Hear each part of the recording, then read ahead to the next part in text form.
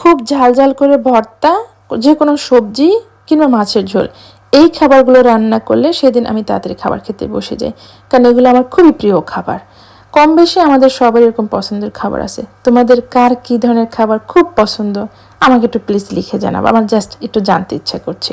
আর আজকে আমি তোমাদের সাথে যে রেসিপিটা শেয়ার করছি এটা একদমই আনকমন, তবে একবার যদি করে খাও এটার জন্য একদম ফিদা হয়ে যাবা।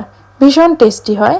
আমি সাদা তেলের সাথে একটু সরিষার তেল দিয়ে থেতলানো রসুন, একটু কালো জিরার ফোড়ন আর কুচো করে কাটা পেঁয়াজগুলো দিয়ে একটুখানি ভাজা করে নিয়ে, এই যে এটা দেখো, এটাও কিন্তু ফ্রোজেন কাঁচামরিচ। আমরা কখনো ফ্রোজেন কাঁচামরিচ আনি না, এবারে প্রথম আনা হয়েছে, কারণ ফ্রেশটা পাওয়া যায় নাই সেই জন্য। এবার একটু মশলা যেগুলো দেওয়ার আসছিলো ওগুলো দিয়ে একটু লবণ দিয়ে একটু কষানোর পরে চিংড়ি মাছটা দিয়ে দিলাম। চিংড়ি মাছের বিষয় হচ্ছে, চিংড়ি মাছ যখন আমরা সিদ্ধ করি তখন এটা চুলার পাওয়ারটা হাই হিটে দিতে হয়, নইলে পানি ছেড়ে দেয় আর চিংড়ি মাছটা প্লাস্টিকও হয়ে যায় যখন আমরা ফ্রোজেন চিংড়ি মাছ ব্যবহার করি। এই জিনিসটা একটু খেয়াল রাখলেই হবে। আর আমরা আবারও ফ্রোজেন বরবটি ব্যবহার করছি।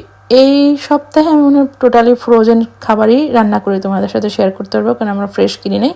ফ্রিজে যেগুলো আছে ওগুলো আগে খাওয়া শেষ করব, তারপর ফ্রেশটা কিনবো। ওয়েল, এই বরবটিটা আমি যেবার প্রথম এনেছিলাম ওইবারই যে রান্না করছিলাম, আমি একটা মানে শুটকি মাছ রান্না করেছিলাম, অসম্ভব মজার হয়েছিল খাইতে। কেমন যেন একটা মিষ্টি মিষ্টি ব্যাপার আছে। নর্মালি এই বরবটি যদি এমনি কিনে আসি একটু প্লাস্টিকের মধ্যে হয়ে যায়, একটা গন্ধ আছে, কিন্তু এই ফ্রোজেনটার কোনো গন্ধ নাই এবং খুব সুন্দর নরম হয়ে যায়, খেতে অসাধারণ হয়। আমি একটু ডাল দিয়েছি। তোমাদের ঘরে যদি চিংড়ি মাছ একদম নাও থাকে, শুধু ডাল দিয়ে এভাবে করে খাই দেখো, অসম্ভব মজার হয়। আমি বারবার বলছি, সত্যি সত্যি অসম্ভব মজা হয়, বিশেষ করে এই ফ্রোজেন প্যাকেটটা বরবটিটা। ওর ডাল দিলে যেটা হয় একটু পরে টেনে যায়, একদম মাখো মাখো হয়।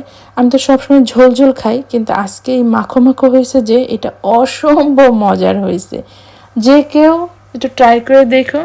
তোমরা এই ডাল দিয়েও করতে পারো, চিংড়ি মাছ দিয়েও করতে পারো, বা কোনো শুটকি দিয়েও করতে পারো, অসম্ভব মজার হয় খেতে। আমার কিন্তু দুর্দান্ত লেগেছে, সেই জন্য তোমাদের সাথে শেয়ার করলাম। আপাতত আল্লাহ হাফেজ, বাই বাই।